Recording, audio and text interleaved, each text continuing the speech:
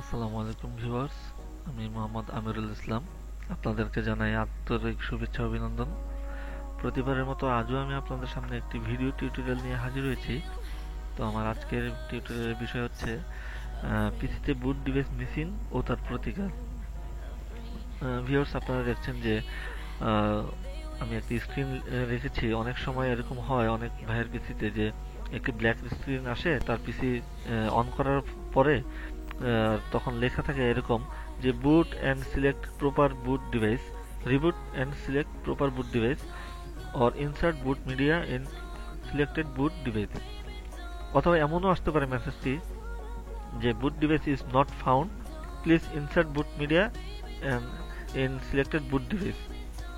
তো এই সমস্যাটি হয় একটি হার্ডওয়্যার জনিত প্রবলেমের কারণে। তো এই হার্ডওয়্যার জনিত প্রবলেমের কারণে যদি হয়ে থাকে, তো সেই প্রবলেমটি আসলে কি কি কারণে হয় সেটিকে সমস্ত কথা যদি আমি আহ, একত্র করে মৌলিকভাবে কিছু বলতে যাই, তো আসলে মূলত বিষয় হচ্ছে এখানে তিনটি কারণেই এই বুট ডিভাইস মিসিং এররটি এসে থাকে।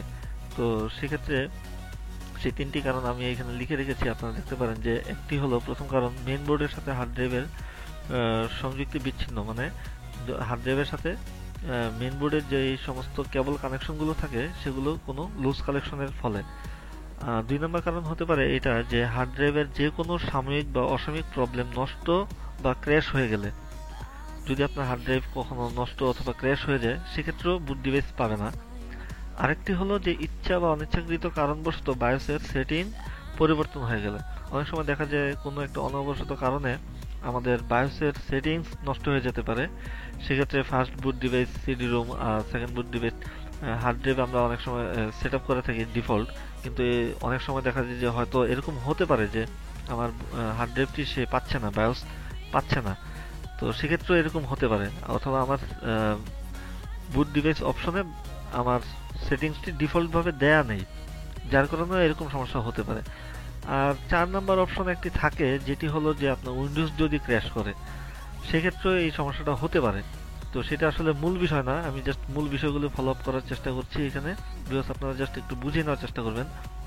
মৌলিকভাবে বলতে গেলে এই তিনটি সমস্যা হলে আপনি দোকানে গিয়ে ৫০০ টাকা না দিয়ে নিজেই নিজের পিসির এই বায়োস মিসিং এরর সমস্যাটি ঠিক করতে পারেন। তো যদি আপনার হার্ড ড্রাইভ নষ্ট বা ক্র্যাশ না হয়ে থাকে, তাহলে ভিউয়ার্স, আমার নিচের ধাপ অনুযায়ী যদি আপনারা একটু ফলো করেন ভিডিওটি, তাহলে আপনারা খুব সহজেই পারবেন এই বুট ডিভাইস মিসিং এর সমস্যার সমাধান করতে। তো চলুন কিভাবে সেই সমস্যাগুলো সমাধান করা যায় আমরা একটু দেখে নিই। তো প্রথমে আমরা দেখব যে আমাদের পিসি অন করে আমাদের কিবোর্ড থেকে ডিলিট কি চাপতে থাকবো। তো সেক্ষেত্রে আমাদের এই বায়োসের মেনু অপশনটি চলে আসবে। অনেক ভাইয়ের পিসিতে হতে পারে যে কিবোর্ডের স্কেপ কি অথবা F1 F2 F3 কি প্রেস করতে বলে বুট ডিভাইস ইন করার জন্য। জাস্ট আপনাদের যেই কোনো পিসিতে যেরকমই বলুক না কেন যে এই কি প্রেস করেন, ওই কি প্রেস করেন, আপনারা প্রেস করে বায়োসে ইন করবেন। ইন করার পরে আপনারা বুট ডিভাইসে চলে গেলেন। তো সেখান থেকে আপনারা বুট ডিভাইসে যাওয়ার পরে এখানে দেখবেন, যেমন আমি এখানে দুইটি কোম্পানির ভিন্ন ভিন্ন বায়োসের স্ক্রিন শো করেছি। যেমন এখানে দেওয়া আছে যে বুট ডিভাইস প্রিওরিটি, আর এখানে দেওয়া আছে হার্ড ডিস্ক বুট প্রিওরিটি। আপনারা এই দুইটিতেই ইন করবেন, প্রেস এন্টার দিবেন। এন্টার কি প্রেস করার পরে আপনারা দেখবেন যে আপনার হার্ড ড্রাইভটি শো করছে কিনা।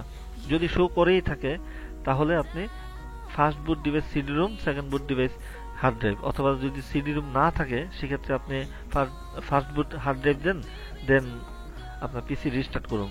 ঠিক এইভাবে এটাতেও এরকম সবকিছু ঠিকঠাক দেখে আমার কথা অনুযায়ী আপনারা কাজ করে হার্ড ড্রাইভটি ধরিয়ে দিয়ে জাস্ট পিসি রিস্টার্ট দিন। খুব সম্ভব আপনার পিসি অন হয়ে যাবে, আর ওই স্ক্রিনটি আসবে না, এই স্ক্রিনটি আর আসবে না। তারপরেও যদি কোনো কারণে আপনার এই সেটিংস ঠিক আছে, সবই ঠিক আছে, তারপরেও আসছে না, তো সেক্ষেত্রে কি করণীয়? তো ভিউয়ার্স, আমরা দেখব প্রথম ধাপ অনুযায়ী আপনার সিপিইউর সাথে যত পাওয়ার কেবল থাকুক অথবা মাউস কিবোর্ড সমস্ত কেবল কানেকশন ডিসকানেক্ট করুন। তারপর আপনি সিপিইউতে থাকা যে রিমুভাল কভারটি সেটি আপনি খুলে ফেলুন, কারণ আপনার হার্ড ড্রাইভটি খুলতে হবে। তো পরে সিপিইউটি আপনি খুললেন, খোলার পর আপনি আপনার ক্যাচিং স্লট থেকে হার্ড ড্রাইভটি সহ খুলুন। হার্ড ড্রাইভটি খুব একটু যত্ন সহকারে খুলবেন, স্ক্রু অনেক সময় প্যাচ কেটে যেতে পারে, সেদিকে খেয়াল রেখে আপনি হার্ড ড্রাইভটিও খুলুন। তারপর আপনি হার্ড ড্রাইভে সংযুক্ত যত কেবল আছে, যেমন পাওয়ার কেবল অথবা আপনার কাছে যে এখানে main board to hard drive connector cable, সবগুলোই খুলুন ভিডিও অনুযায়ী। তো তারপর খোলার পর আপনি যে কাজটি করবেন সেটি হচ্ছে যে একটি পরিষ্কার ব্রাশ অথবা একটি কাপড় দিয়ে আপনি ভালোভাবে হার্ড ড্রাইভটি পরিষ্কার করুন।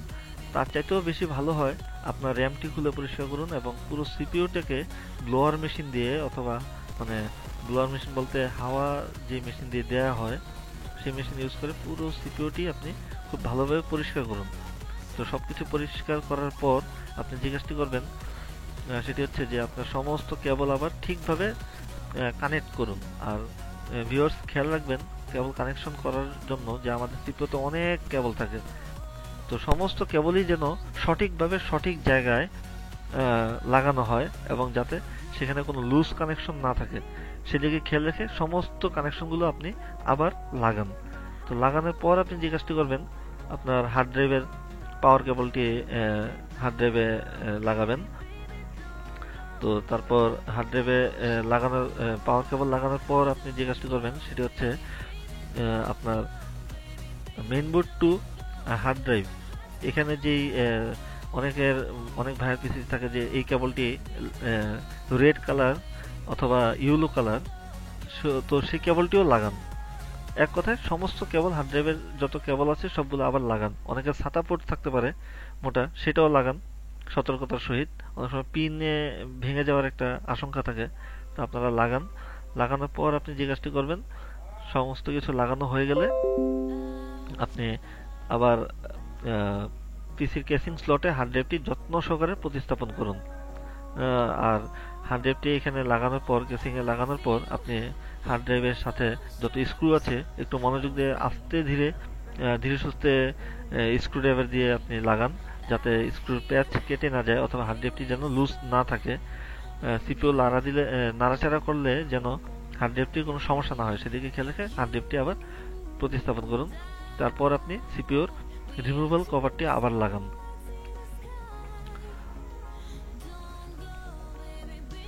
তো সবকিছু ভিউয়ার্স ওকে হয়ে গেলে আপনাকে এখন যা করতে হবে সেটা হচ্ছে আপনার পাওয়ার কেবল সমস্ত মানে পাওয়ার কেবল অথবা মাউস কিবোর্ড যত কেবল আছে, মনিটরের কেবল সবকিছু সিপিইউতে লাগিয়ে জাস্ট আপনি পাওয়ার বাটনে ক্লিক করে সিপিইউটি অন করুন। অন করার পর দেখবেন ইনশাল্লাহ যদি আপনার হার্ড ড্রাইভে কোনো মেজর কোনো প্রবলেম না হয়, যেমন আপনার হার্ড ডিস্ক নষ্ট হয়ে যাওয়া অথবা ক্র্যাশ হয়ে যাওয়া অথবা উইন্ডোজ ক্র্যাশ করা, এমন যদি কোনো মেজর প্রবলেম না হয়ে থাকে, ইনশাল্লাহ আপনার পিসি লগ ইন স্ক্রিন চলে আসবে। আর এরপর আপনাকে আর কখনোই সে এই অপশনটি দেখাবে না, এই স্ক্রিনটি আসবে না। তো ভিউয়ার্স, তখন আপনারা দেখলেন যে কিভাবে বুট ডিভাইস নট ফাউন্ড এরর অপশনটি প্রবলেমটি সলভ করতে হয়। তো ভিউয়ার্স, আমার এই ভিডিও টিউটোরিয়ালের মধ্যে অনেক কথা অথবা কাজ ভুল থাকতে পারে, আপনারা সেই কথা এবং কাজগুলিকে আপনারা ক্ষমা সুন্দর দৃষ্টিতে দেখবেন। আর আমার ভিডিওটি যদি আপনাদের কাছে ভালো লেগে থাকে আমাকে লাইক কমেন্টস করবেন আর আমার চ্যানেল সাবস্ক্রাইব করতে পারেন। তো সেই আজকের মতো আমি আপনাদের কাছে বিদায় নিচ্ছি। পরবর্তীতে আরো ভালো কোনো টিউন আপনাদের সামনে নিয়ে হাজির হবো ইনশাল্লাহ। সেই কামনায় আজকের মতো বিদায়। আল্লাহ হাফেজ।